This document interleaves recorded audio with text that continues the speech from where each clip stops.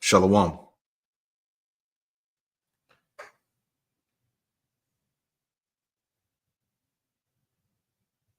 Shalom.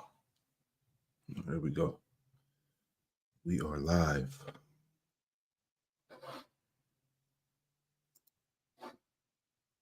This morning, we have new details emerging about the suspect accused of killing United Healthcare CEO Brian Thompson. Investigators are adjusting what they said earlier. They now believe he took a different route out of New York City to evade police, and there's no indication he was ever insured by the company. Jared Hill has more on this. This morning, police say they have new information on how the man accused of killing United Healthcare CEO got out of New York. Investigators believe Luigi Mangione rode a bike through Central Park after allegedly killing Brian Thompson, then took a cab to a major bus terminal in Upper Manhattan just to go back downtown, possibly taking the subway to New York's Penn Station. From there, investigators question whether Mangione fled to Pennsylvania by train. Authorities also say they found evidence that Mangione knew United Healthcare was hosting its investor conference in New York before the shooting, and that while there's no indication Mangione was ever insured by the company, United Healthcare and its CEO may have been targeted because of its status as the nation's biggest health insurer. It all comes as CBS News has learned the Manhattan DA's office has begun presenting evidence to a grand jury in order to get him back to New York. I trust the DA here in Manhattan to make sure that he puts forth an indictment that is going to be ironclad. Investigators say when Mangione was arrested, he had a spiral notebook with him where he wrote about considering using a bomb over a gun, and he had a 3D printed firearm that police say matched the shell casings found at the murder scene. Police also say his fingerprints were found on items near the scene. Mangione is currently being held in a maximum security prison in Pennsylvania, fighting extradition. It just gives them more time to prepare their defense. A hearing has been set for December 30th.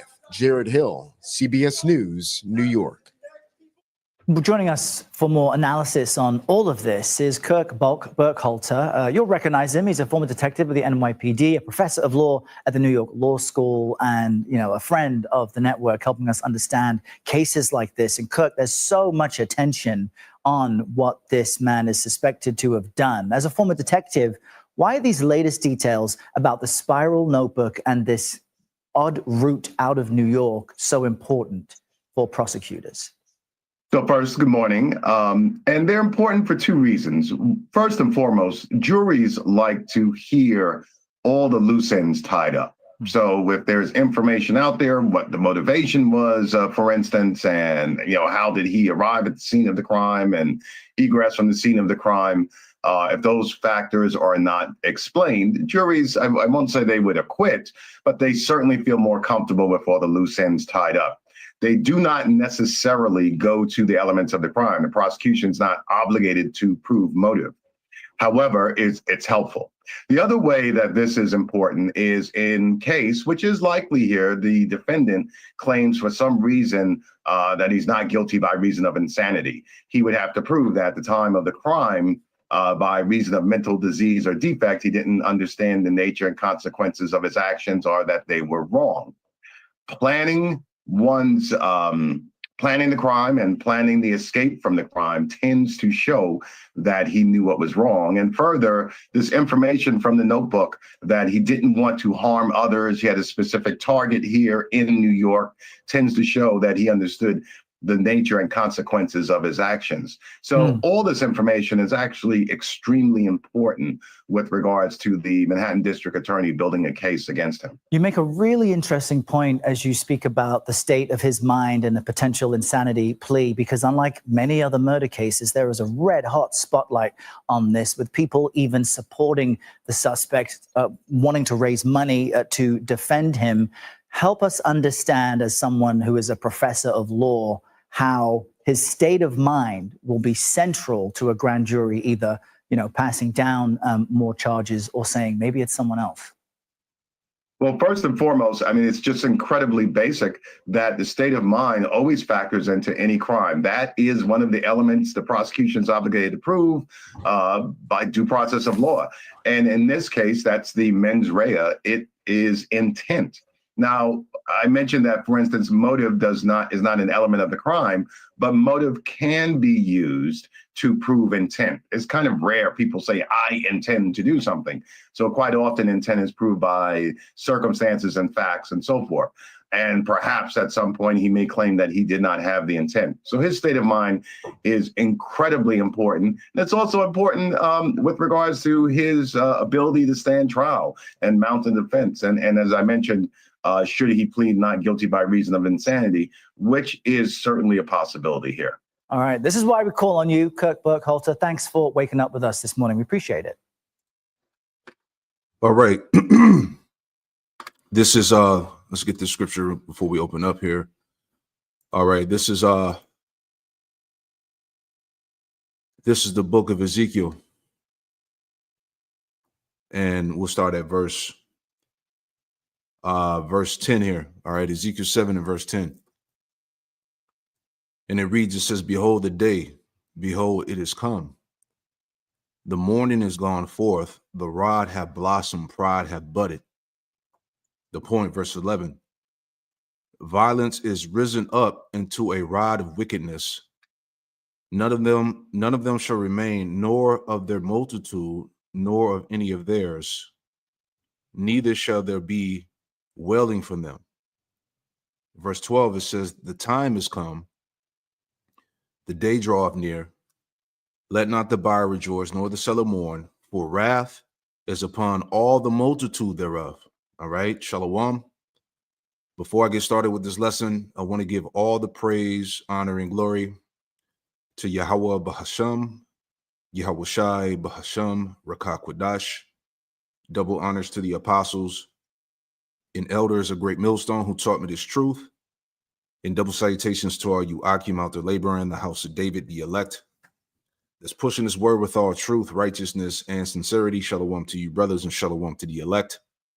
I'm back with another live lesson through the Holy Spirit, the Rakah Quadash. I pray that this lesson is edifying and exhorting to the hopeful elect out there. Now, I want to get into this thing because we pay attention to everything that's going on in the news around the world.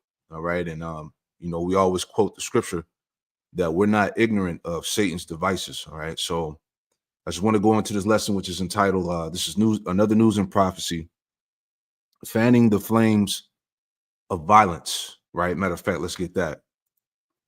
Fanning the flames. Okay. I looked up the meaning here. So it says fan the flames, redirected from fanning the flames, because this is what Esau is doing right now. It says fan the flames. It says to do or say something to make an argument, problem, or a bad situation worse. To further incense an already angry person or group of people. So this is what is going on. All right. They're playing off the people's emotions. And these things have been set up to bring forth societal disaster. Right. And I want to get into that here. All right. Because this shit is really about to hit the fan, like we've been warning you day in and day out. All right. So let's go back to this article here, which caught my attention earlier. So this is from thefederalist.com. The header, it reads, it says, as Americans' tolerance for wokeness dies, the left's appetite for violence only grows. Okay. So as you see, they're pinning this all on the so-called left. All right. But really it's both sides, man. Both sides are playing into this narrative here that's going to only bring, civil war. Okay.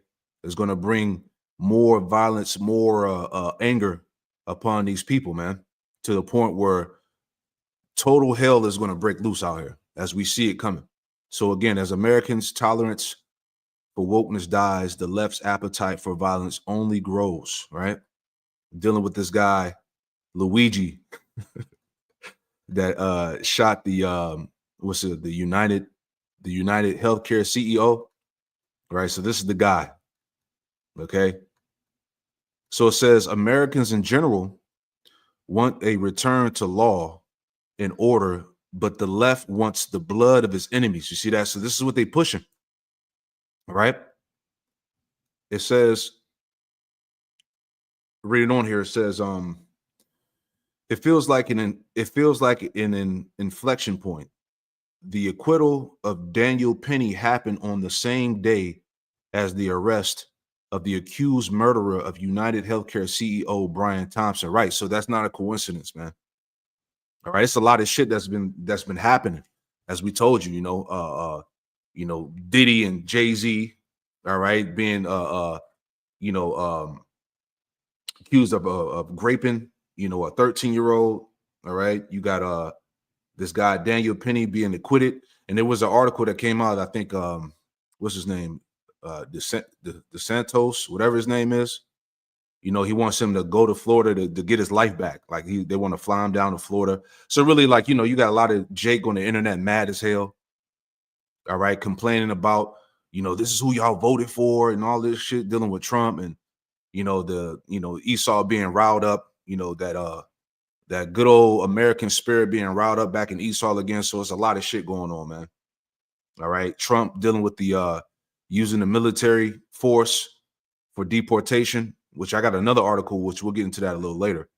Right. But anyway, back in the read, it says, it feels like an inflection point. The acquittal of Daniel Penny happened on the same day as the arrest of the accused murderer of United Healthcare CEO Brian Thompson. Let me get a quick scripture. All right, just thinking out loud. Bear with me 1 second. All right, that's Zechariah 11. Right, Zechariah 11:5. All right, this is the book of Zechariah 11:5. It says, whose possessors slay them. Who are the possessors? The Edomites. All right, we're still underneath, we're still underneath the subjection of the Edomite. All right, he would be the possessor. All right, whose possessors slay them. Who's them? You Israelites. Okay, you so-called Negro, Latino, Native Americans, and Hispanics, whose possessors slay them and hold themselves not guilty. All right, this is why Esau can kill you and gun you down on camera. All right, and get off scot-free. All right, get a GoFundMe, get endorsements. Okay, he's not bound by his own laws. You see, and what's heavy too? What is Trump trying to push? He's trying to push for police to have immunity. All right, so like we've been warning you, 2025 is about to be off the fucking chain. All right, you ain't seen nothing yet. Whose possessors slay them and hold themselves not guilty. See, that's the prophecy. This is why he continues to get away. He gets a slap on the wrist, right? Esau can have a whole, trafficking ring. He can do all of this PEDO shit. And what do? They get a slap on the wrist. Catholic Church, all right, abusing all these children. All right, all they got to do is kick out a little bit of hush money and it just goes away. All right, all these pastors in these Christian churches, these fucking weirdos, right? And hold themselves not guilty. And they that sell them say, blessed be the Lord, Yahweh Shem Yahushai, for I am rich, and their own shepherds pity them not. So that's the point, man. Okay, Esau is in his he's in his power right now, man. Okay, he has that immunity, if you will. Okay, he's not going to be charged. You see, this is why we have to continue to be patient and wait for Yahweh Shem Yahushai to bring true justice, right? Romans 12:17. All right. Romans 12:19. The point. And it reads, it says, dearly beloved, avenge not yourselves, but rather give place unto wrath, for it is written, vengeance is mine, I will repay, saith the Lord, Yahweh Shem Yahushai. So the Lord's going to repay Esau. We just got to be patient and continue to endure this hell that we in, man. All right. But anyway, let's get back to the article here. Right. So back in the article again, it feels like an inflection point. The acquittal of Daniel Penny happened on the same day as the arrest of the accused murderer of United Healthcare CEO Brian Thompson. It says Penny being found not guilty as a how you say that word, predation of the anarcho tyranny the left has been imposing since Black Lives Matter riots of 2020. It says, despite last-minute shenanigans from the prosecution, the jury understood that Penny's restraint of a violent, threatened felon on the subway was justified. The verdict, and these Edomites, they're cheering it on. Pretty much they're rubbing this shit back in Jake's face, which is stirring the pot. All right. This is why these things has happened. Like I said, the acquittal of Daniel Penny and the accused murderer of the United Healthcare CEO happened during the same day, same time. Right. It says the verdict is an indication that people, even in liberal New York City, have had enough of rioting, defunding the police, and soft on crime prosecutors who let criminals walk while locking up those who dare to defend themselves and others, right? So you see what's going on. Let's read a little bit more. We'll grab some more articles and scriptures. It says, but as the public sours on woke leftism in general, in its approach to crime and public safety in particular, committed leftists may respond by becoming more radical and violent. You see that? That's the narrative that they're pushing now. All right, but it's all prophecy anyway. It says committed leftists may respond by becoming more radical and violent, as we read in Ezekiel the 7th chapter. All right, it was Ezekiel 7:11. It says violence is risen up into a rod of wickedness. People are tired. People are pissed off. Okay, it says just look at the left's glee at the murder of Thompson. Okay, and this guy has been getting like shout outs. They've been bigging him up. They're basically being celebrating this guy for what he did. Okay, because right here, let me pull it up. Right. Here's the article, just going into what I was talking about. This guy named Luigi Mangione obsession reveals a dangerous trend that threatens our world. All right. And like we were saying, people are tired of the corruption that's going on here throughout America. Look what's going on, man. All right. The trafficking, this wild shit that's going on in Hollywood and all of that, the corruption in the healthcare department, industry. All right. People being fucked over because they don't have the money, the insurance. All right. People are just tired. All right. I'm just going to read this quick point. We'll get back to that last part of the article. It says, Luigi Mangione has inspired many comparisons since United Healthcare CEO Brian Thompson was shot dead in New York City. Right. Let me jump down because they're pretty much celebrating the guy. Bear with me. All right. It's all in the news. It says at the heart of this is a deeply ingrained mistrust of authority and the establishment, she said. When a figure like Brian Thompson, who symbolized corporate power and profit, meets a violent end and becomes less about the crime and more about what happened. It says, jumping down, it says over the past few decades, many individuals have felt increasingly disenfranchised, unable to reconcile their lived experiences with a system that perceives as rigged against them. All right. And this is how a majority of people feel. And this is what the people are tired of. It says people are projecting their frustrations onto his killer, romanticizing them as a champion of the oppressed, you see, regardless of the morality of their actions. So like I said, they're praising this guy, which is becoming a problem to the so-called right. This is why we're reading this article about how the left is prepared to pretty much take on violence, right? So let's go back and read one more paragraph here in this article. All right, so reading that again, it says, but as the public sours on woke leftism in general in its approach to crime and public safety in particular, committed leftists may respond by becoming more radical and violent. Just look at the left's glee at the murder of Thompson. It says, caveat to apply, of course, the Penny acquittal was the right outcome, but the case should never have been brought. The process is still a punishment, and being found not guilty may not end all of Penny's legal troubles. Likewise, the man arrested for the murder of Brian Thompson seems to have been until recently more of an ideological hodgepodge than a committed leftist.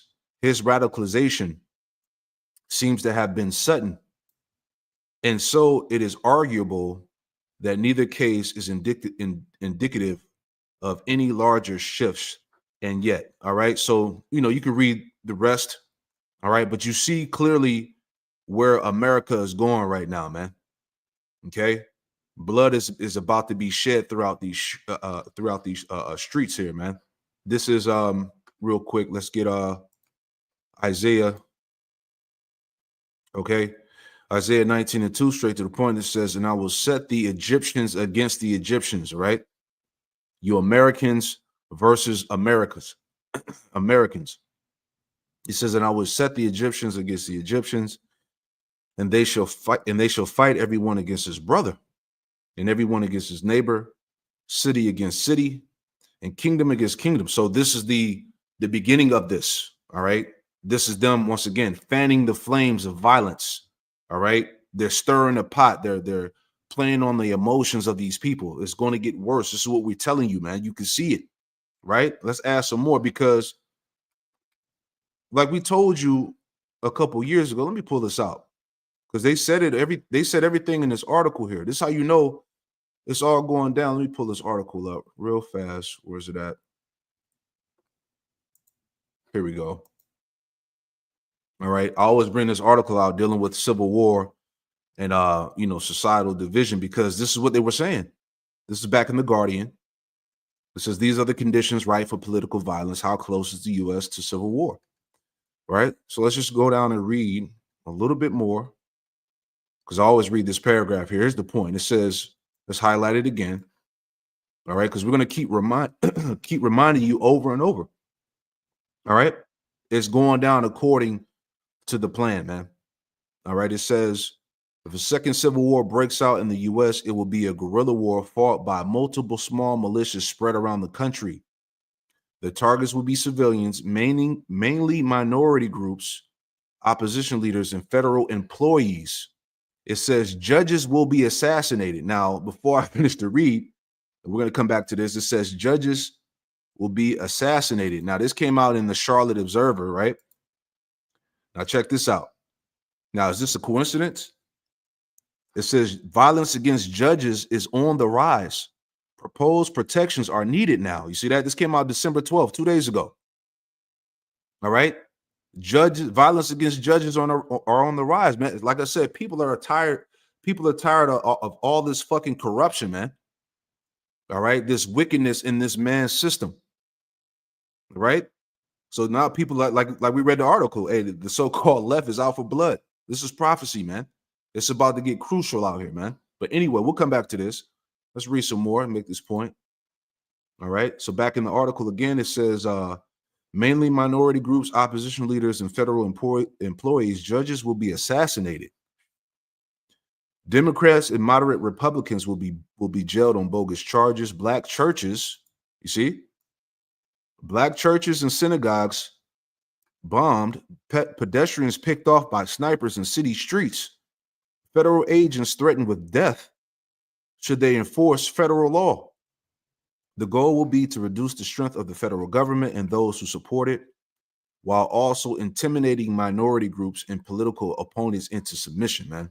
All right, it's about to get wild as we approach this 2025, right? And I just want to read a little bit more. Let's jump down, get to the point. So it says the U.S. is not yet in the Civil War, but a 2012 declassified report by the CIA on insurgencies outlines the signs. According to the report, the country is experiencing an open insurgency when sustained violence by increasingly active extremists has become the norm. All right, like the guy Luigi, right? It says, you know, and the narrative is what, that people are becoming weaponized through radicalization through videos on the internet. All right, so who do you think they're talking about, right? It says, by this point, violent extremists are using sophisticated weapons such as improvised explosive devices and begin to attack vital infrastructure such as hospitals, bridges, and schools. Rather than just individuals, these attacks also involve a large number of fighters, some whom have combat experience. There is often evidence, according to the report, quote, of insurgent penetration and subversion of the military, police, and intelligence services. It says, in this early stage of civil war, extremists are trying to force the population to choose sides. See, playing into that division, in part by demonstrating to citizens that the government cannot keep them safe or provide basic necessities, right? Which is true. Okay, people are becoming more and more aware that this system doesn't have their best interests at heart. All right, people around America are complaining. All right, they're angry as fuck. All right, they're ready to take matters into their own hands. It says the goal is to incite a broader civil war by denigrating the state and growing support for violent measures, and people are with it. Okay, people are with people are with the shits, man. Okay, people are with the violence, man. That's the point that we are entering into right now. All right, and I'm gonna grab some more scriptures. Just bear with me because there's a lot of stuff here, man. But we see it coming. All right, Proverbs. Let me get that. Proverbs 22. All right, Proverbs 22 and verse 3. It says, a prudent man foreseeth the evil and hideth himself, but the simple pass on and are punished. Right. So we're paying attention to every goddamn thing, man. We see how this thing is going to play out. They're letting you know in your face how this thing is going down. All right. So if you don't know, or if you want to pretend like you don't see it, hey, you're going to get caught up in the crossfire. It is what it is. Right. So let's go back and I'll finish a little bit more. And y'all bear with me. You know, it's a lot to read. Excuse me. But going back to the read. Okay. It says, let's see. Let's read this. Excuse me. Let's read this last paragraph here, and then we'll move on. But it says Civil War experts know that two factors put countries at high risk of civil war. The U.S. has one of these risk factors and remains dangerously close to the second.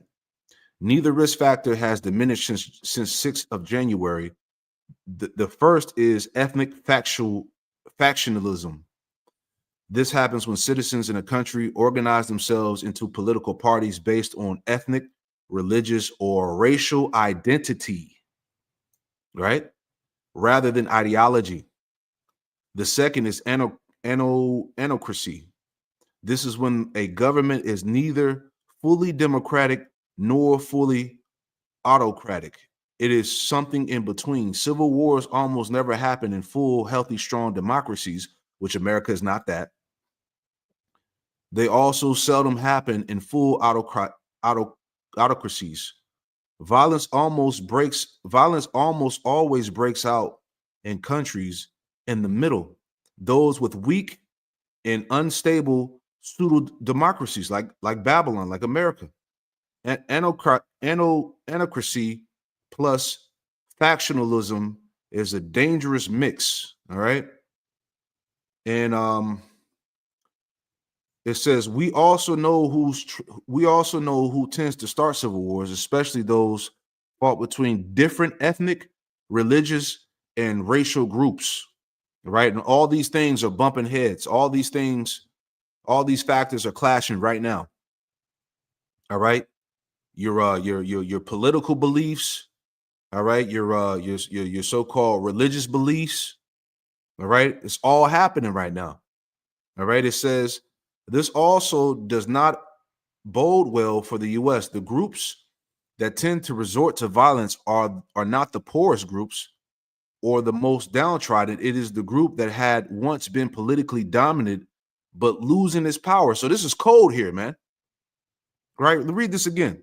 It says it's not the people who resort to violence, not the poorest groups or the most downtrodden. It says it's the group that had once been politically dominant but is losing its power. What group is that?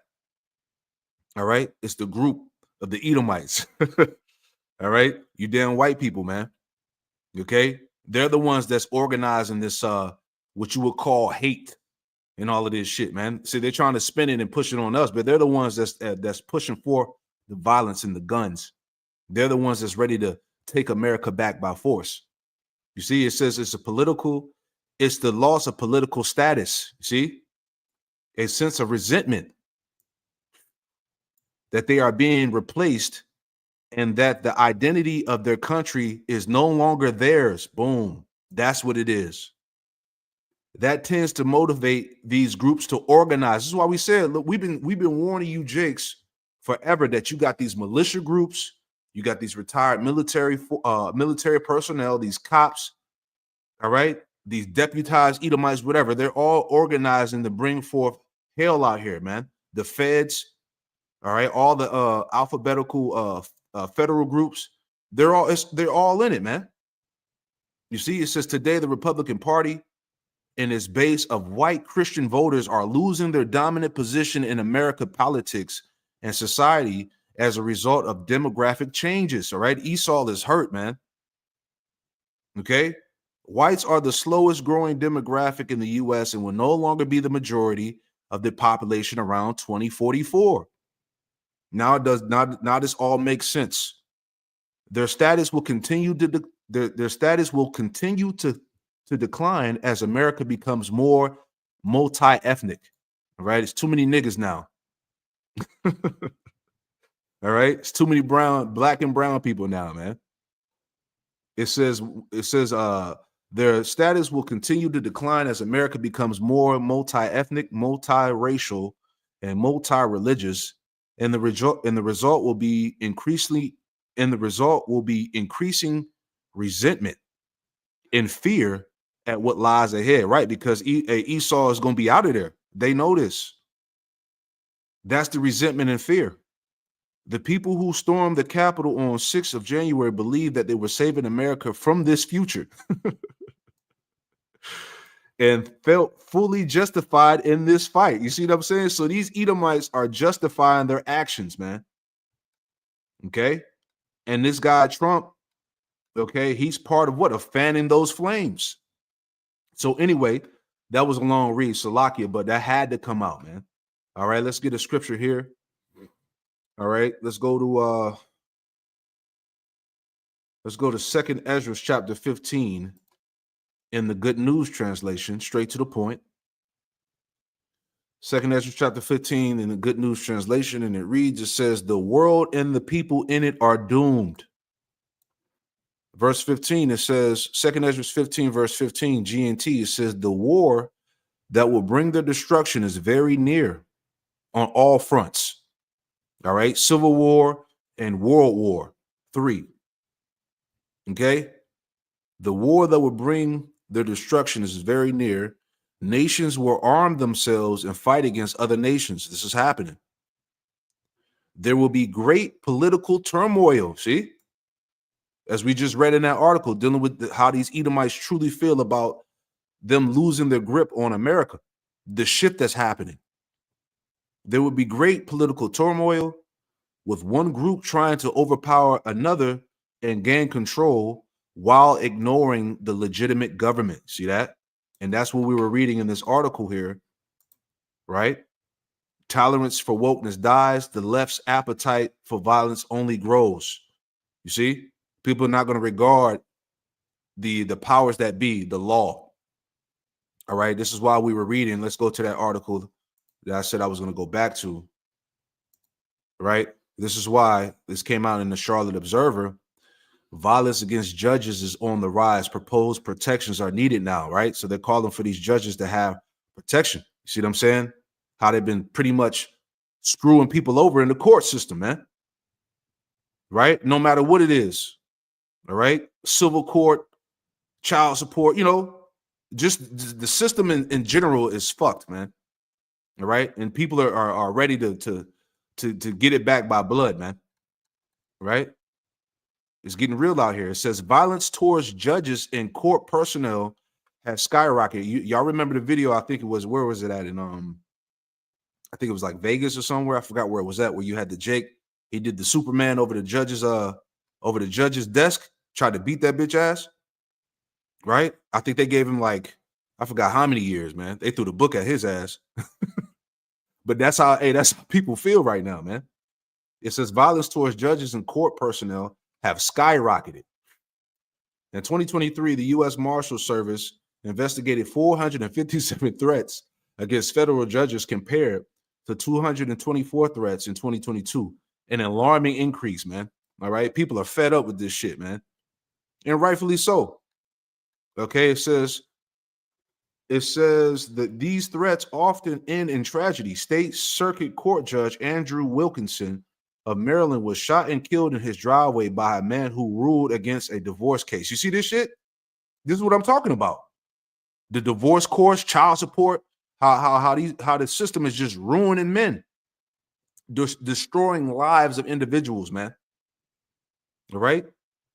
It says, and Esther Silas, a sitting federal district judge in New Jersey, saw her son killed in a targeted attack at her home. Her son was shot to death when he answered a knock at the front door, man. And these things is happening, man. People ain't playing right now, like we read in the article, man. Right? Again, the keep reminding you, okay, who was going to be the target? Judges, right? Judges will be assassinated. Democrats and moderate Republicans will be jailed on bogus charges. Black churches and synagogues bombed, pedestrians picked off by snipers in city streets, and federal agents threatened with death should they enforce federal law. This is going down out here, man. Okay? You say the scriptures ain't faithful and true. All right. Going back, read a little bit more. All right. So now you see why now you can see the fanning the flames of violence. Now you see it. Right? Let's read a little bit more. All right. It says, although the majority of attacks occur outside the courtroom, often at a residence, the courthouse is not immune. All right. You're going to start seeing people bugging out and running up in them damn courthouses, man. Right? It says a defendant dove over the bench at his sentencing hearing to batter. So like, let me read that again. It says a defendant dove over the bench at his sentencing hearing to batter Nevada District Court Judge Mary K. Hothus. All right. That was I was talking about with the Jake, where he jumped over. He did the Superman on that hoe. You know, he tried to get her. It says, in just 2 months ago, Kentucky District Judge Kevin Mullins was gunned down in his chambers by a disgruntled deputy. This type of violence is not reserved for judges alone. Prosecutors, clerks, and other court staff have also faced an alarming uptick of threats. Hey, anybody can get it. Everybody go get this work, man. It says, we often hear about the rule of law being under attack. In this instance, the phrase is literal. You see that? Let's go back to the scripture. Let's finish that off. This is prophecy, man. Right? Back in 2nd Ezra chapter 15 in the Good News translation, this is 2nd Ezra chapter 15, verse 16. Again, it says, there would be great political turmoil with one group trying to overpower another and gain control while ignoring the legitimate government. There would no longer be free access to cities because the struggle for power will bring destruction. terror, and total confusion wherever people live. Driven by famine and terrible suffering, people will assault their neighbors and mercilessly plunder their possessions, right? So you're seeing these people being activated. Remember, the scriptures say that the love of many shall wax cold, man. All right? People are tired of this system. People are tired of being railroaded by these wicked ass laws, right? Let's get that last paragraph in that article, and then we'll move on some more, right? You know, this is judgment, man, for all of those unjust decrees, you know, for all of the bullshit that goes on within Esau's, you know, federal court system. Hey, these judges, these district attorneys, you know, who else? The prosecutors, the clerks, they're all receiving their just due. It is what it is. All right. It says we all benefit when society understands and allocates sufficient resources for judicial security. Judges and court personnel uphold the rule of law. They, along with law enforcement, are on the front lines. When they are not adequately protected, the rule of law is diminished, as we just read, man. People are going to take action in their own hands. They're not going to regard legitimate government. This is what's happening, man. All right. What that devil Klaus Schwab say? We must prepare for a more angrier world. This shit is going down, man. You see, fanning the flames of violence, right? Here's another article, you know, just want to add on. All right. Let's pull it up. All right. Just to add on. All right. This is from Study Finds. I thought this was funny too, just to add on to the point. It says, screws you. It says to avoid post-election fights.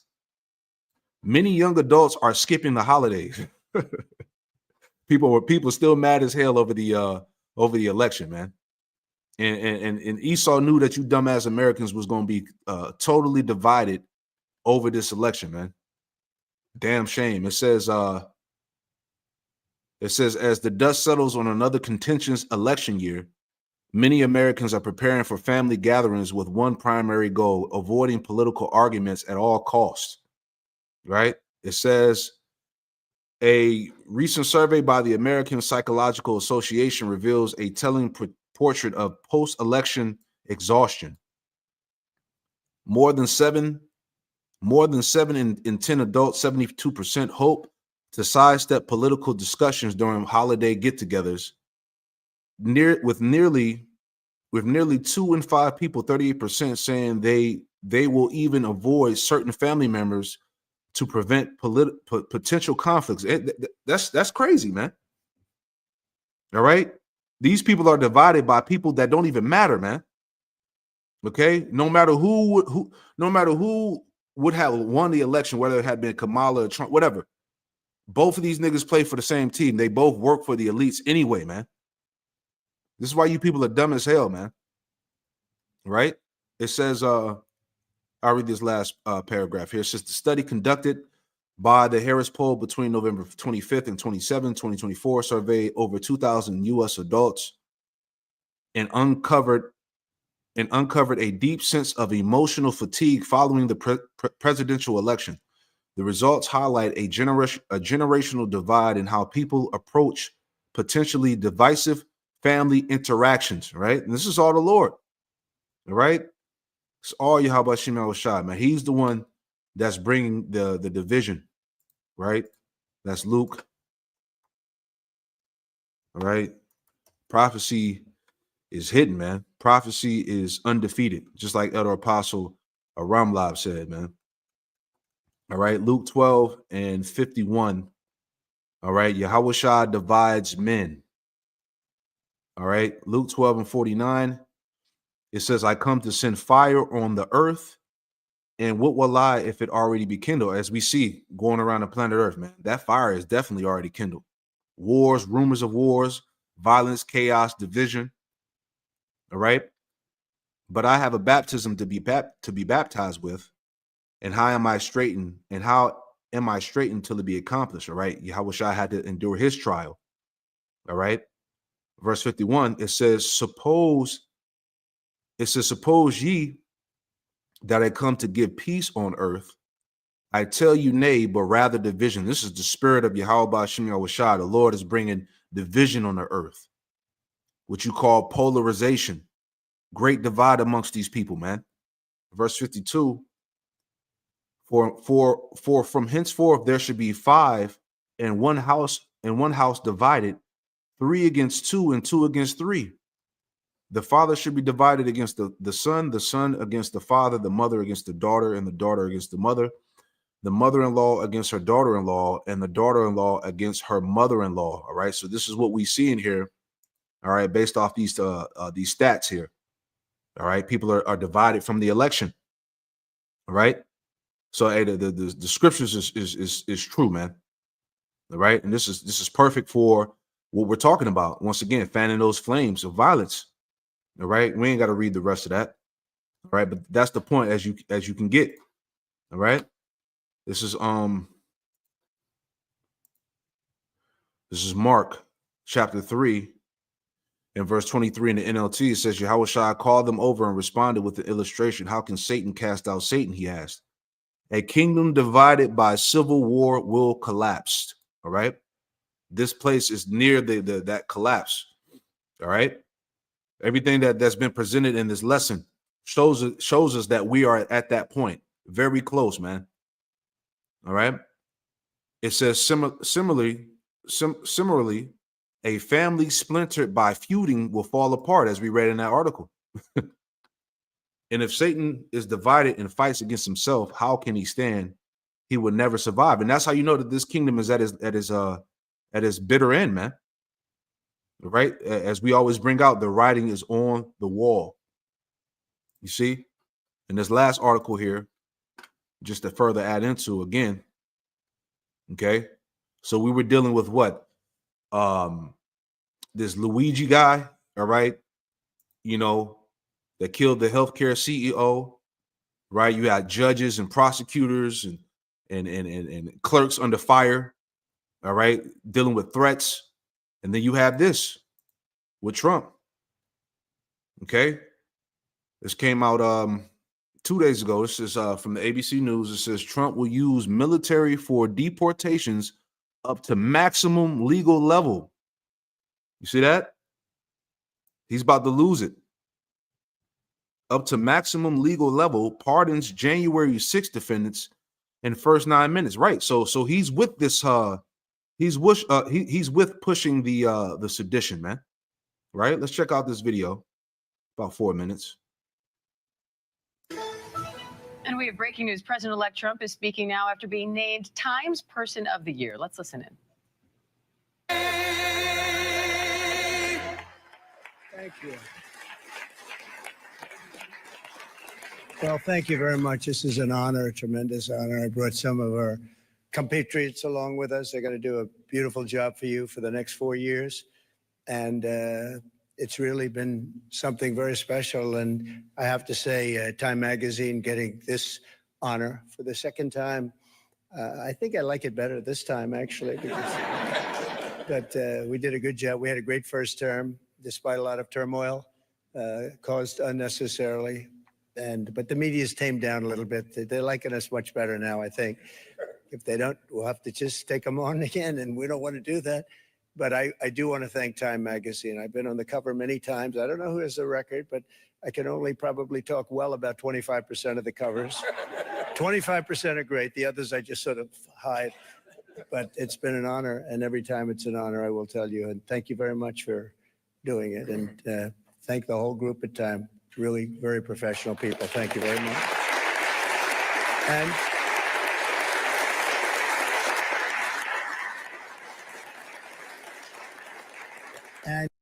right. So I think this is dealing with him being the Time Person of the Year. I don't think it's going into this. Slakia. Right. But let's read real quick. All right. Let's jump down. Bear with me. Let's see if it talks about it. So here we go. So it says, discussing his pledge to oversee mass deportations, Trump said he was willing to use the military to find and deport migrants living in the U.S. without legal permission, right? He's getting rid of the, what's it called? The birthright. I think it's called the birthright law or something like that. You know, so if somebody's married to a so-called illegal immigrant, the whole family got to go. And that's what he's pushing. It says, which will mark a shift as the military doesn't normally engage with domestic law enforcement issues, right?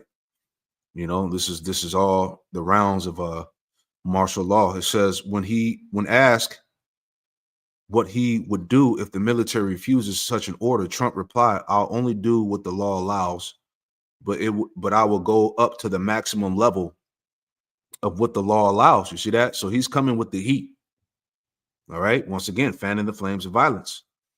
Okay, because like I said, you think this is going to be a peaceful exit of these so-called immigrants, migrants, all right, where they have a plan to pretty much run down on millions of people.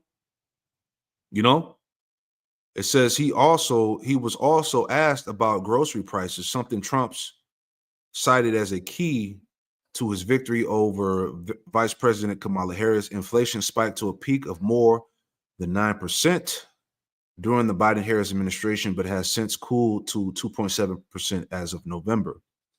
All right, and that's pretty much the article. So the point of it all, you can see what's coming, okay? As we warned you, time in and time out, man. All right, this thing is getting ready to go down, and it's going to be terrible, man. All right, but all we can do is prepare you. All right, we're making these prophecies, the vision plain upon tables, so that you're able to see. All right, so once again, we're not ignorant of Satan's devices. We see exactly how this thing is getting ready to run down, man. All right, violence, great violence within the land. You know, so that's pretty much the point, man. Pray that you were edified. I'm gonna close it out by giving all the praise, honor, and glory to Yahweh Bahasham. Yahweh Shai, Bahasham Rakakwadash, and Shalom to the next one. Shalom.